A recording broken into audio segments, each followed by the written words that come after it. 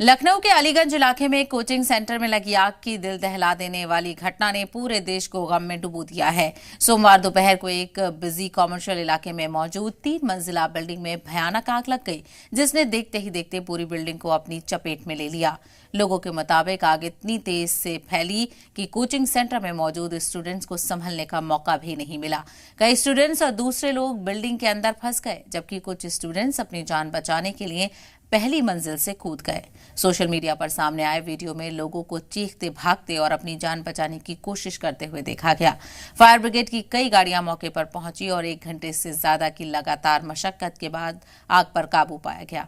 Rescue operation पूरा होने के बाद मलबे से कम 15 लोगों के शव निकाले गए, जबकि कई घायलों को अस्पताल पहुंचाया गया।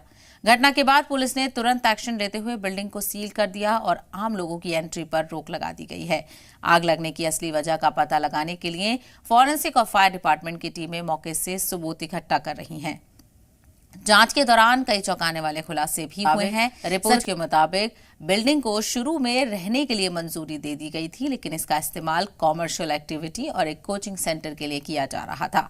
इसके अलावा साल 2016 में बिना इजाजत कंस्ट्रक्शन की वजह से बिल्डिंग को गिराने का ऑर्डर दिया गया था, लेकिन 2 महीने बाद ये ऑर्डर वापस ले लिया गया। पुलिस ने इस मामले में 4 मुलजिमीन को गिरफ्तार किया है, जबकि 6 लोगों के खिलाफ केस दर्ज किया गया है। गिरफ्तार आरोपियों में रामकृष्ण उपाध्याय, वीरेंद्र प्रसाद शुक्ला और तोषकृष्ण जायसवाल शामिल हैं, जबकि एक और आरोपी की पहचान की जा रही है। दूसरी ओर उत्तर प्रदेश के मुख्यमंत्री के आदेश पर लापरवाही के लिए 4 सरकारी अधिकारियों को तुरंत सस्पेंड कर दिया गया है। सरकार ने इस घटना की हाई लेवल जांच के भी हुक्म दिए हैं।